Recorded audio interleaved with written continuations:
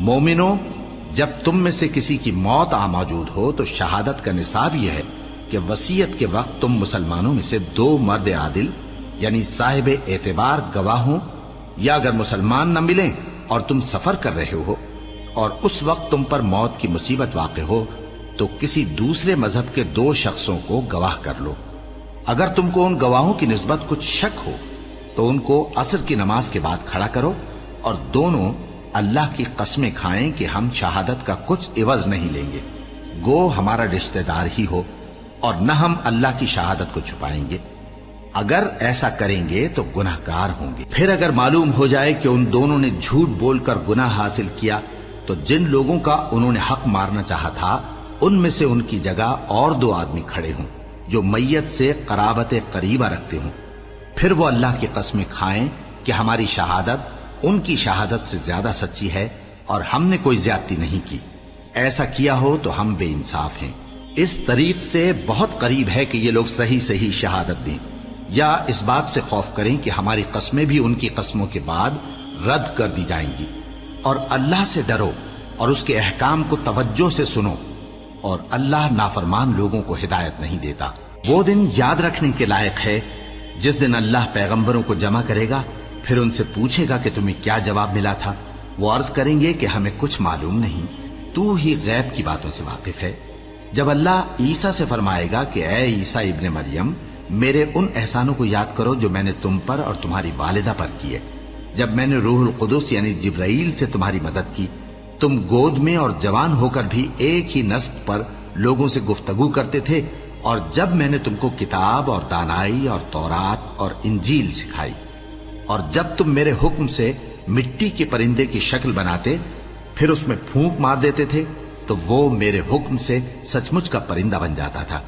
اور پیدائشی اندھے کو اور برس کی بیماری والے کو میرے حکم سے اچھا کر دیتے تھے، اور مردوں کو زندہ کر کے قبر سے نکال کھڑا کرتے تھے۔ اور جب میں نے بنی اسرائیل کے ہاتھوں کو تم سے روک دیا جب تم ان کے پاس کھلے ہوئے نشان لے کر آئے تو جو ان میں سے کافر تھے کہنے لگے کہ یہ تو کھلا جادو ہے۔ اور جب میں نے حواریوں کی طرف حکم بھیجا کہ مجھ پر اور میرے پیغمبر پر ایمان لاؤ، وہ کہنے لگے کہ پروردگار ہم ایمان لائے، تو شاہد رہی ہو کہ ہم فرما بردار ہیں۔ وہ قصہ بھی یاد کرو جب حواریوں نے کہا کہ اے عیسیٰ ابن مریم، کیا آپ کا پروردگار ایسا کر سکتا ہے کہ ہم پر آسمان سے کھانے کا خوان نازل کرے؟ فرمایا اگر ایمان رکھتے ہو تو اللہ سے ڈرو۔ وہ بولے کہ ہماری یہ خواہش ہے کہ ہم اس میں سے کھائیں اور ہمارے دل تسلی پائیں اور ہم جان لیں کہ آپ نے ہم سے سچ کہا ہے، اور ہم اس خوان کے نزول پر گواہ رہیں۔ تب عیسیٰ ابن مریم نے دعا کی کہ اے ہمارے پروردگار، ہم پر آسمان سے خوان نازل فرما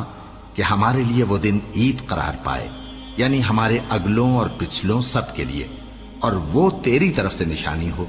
اور ہمیں رزق دے اور تو بہترین رزق دینے والا ہے۔ اللہ نے فرمایا میں تم پر ضرور خوان نازل فرماؤں گا، مگر جو اس کے بعد تم میں سے کفر کرے گا اسے ایسا عذاب دوں گا کہ اہل عالم میں کسی کو ایسا عذاب نہ دوں گا۔ اور اس وقت کو بھی یاد رکھو جب اللہ فرمائے گا کہ اے عیسیٰ ابن مریم، کیا تم نے لوگوں سے کہا تھا کہ اللہ کے سوا مجھے اور میری والدہ کو معبود مقرر کرو؟ وہ کہیں گے کہ تو پاک ہے،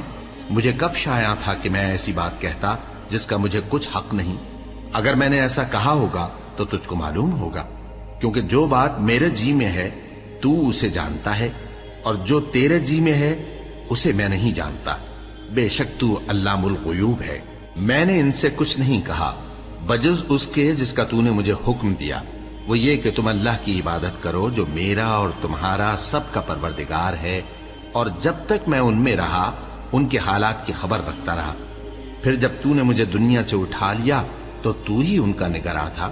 اور تو ہر چیز سے خبردار ہے۔ اگر تو ان کو عذاب دے تو یہ تیرے بندے ہیں، اور اگر انہیں بخش دے تو تیری مہربانی، اس لیے کہ تو ہی غالب ہے، حکمت والا ہے۔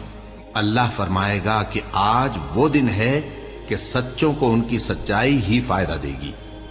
ان کے لیے باغ ہیں جن کے نیچے نہریں بہ رہی ہیں، ہمیشہ ہمیشہ وہ ان میں بستے رہیں گے۔